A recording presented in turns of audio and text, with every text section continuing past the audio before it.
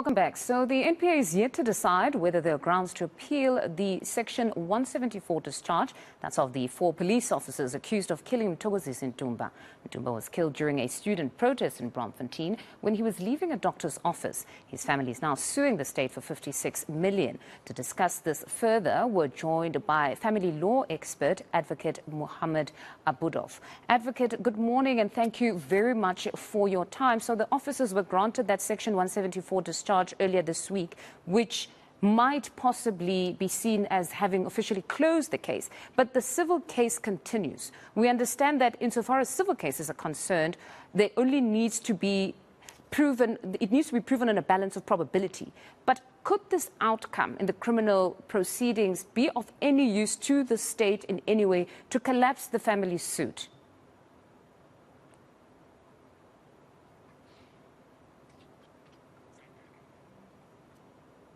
Advocate, I don't know if you can hear me.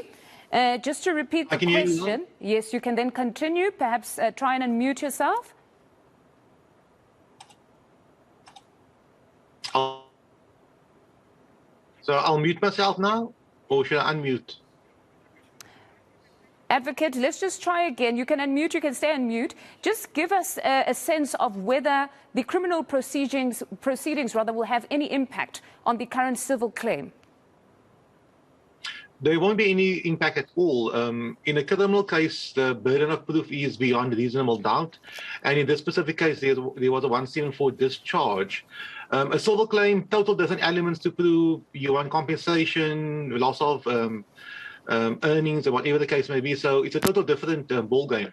All right. So for those that are supporting the family now, they can be comforted that it's completely different. And in this instance, like you say, you just need to prove on a balance of probabilities. And then as for the minister, though, he filed what is termed a bare denial plea in that case, meaning the applicants must prove their case. Just talk to us about how this would unfold in court. So in a civil matter, the person who alleges must prove. That's just how it works. So I could presume the minister's defense would be, no, we're not responsible. We never caused the unlawful death of the deceased.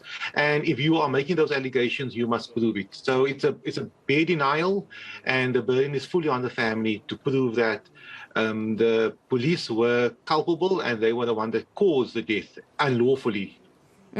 So in no way should citizens see it as perhaps the minister acting unethically in any way, because some in society are thinking, well, the gentleman did pass away, and according to them, the police were firing. So if anything, they caused the death. They may not know the individual that fired the shot that took his life, but nevertheless that the police ministry would be responsible in this respect. But you're saying that just as per procedure, he would then file that bare denial plea. Yeah, in the same way, many people get arrested on a regular basis and they get found not guilty, but you cannot sue the Minister of Police for arresting them in the first place, although they're found not guilty.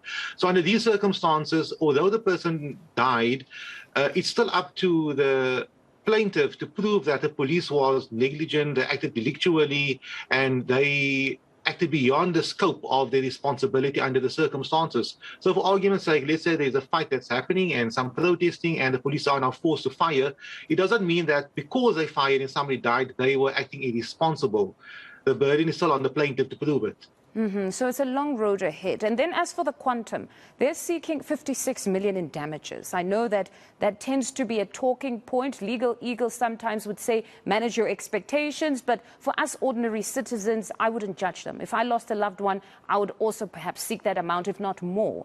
But talk us through the legal considerations when arriving at a particular figure. Okay, so the claim I would presume, and I think I'm certain on this point, would be a loss of support.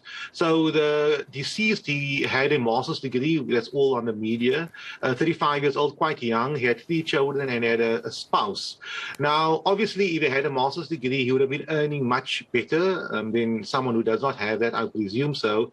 And his children would have had a better standard of living because fathers were educated and the income would be much more. So the case would be run around the basis that because the children are minor and now their father passed away, they will have a lower standard of life had their father still being alive. And now you have to quantify that amount. So they quantified it at 56 million. I cannot say it's too little. I do not know the standard of living of the children. But for argument's sake, let's say the children require 10,000 rand a month to survive. You have to work it out. They'll be going to these type of schools, university, and the father would have been paying it in any event. So if you ask me, 56 million rand doesn't sound too out there. All right. No, thank you very much, Advocate, for your insights. That's Advocate Mohammed Abduroaf just joining us there following that Section 174 discharge yesterday of the 4 police officers who were accused of killing Mthokozisi Ntumba. To this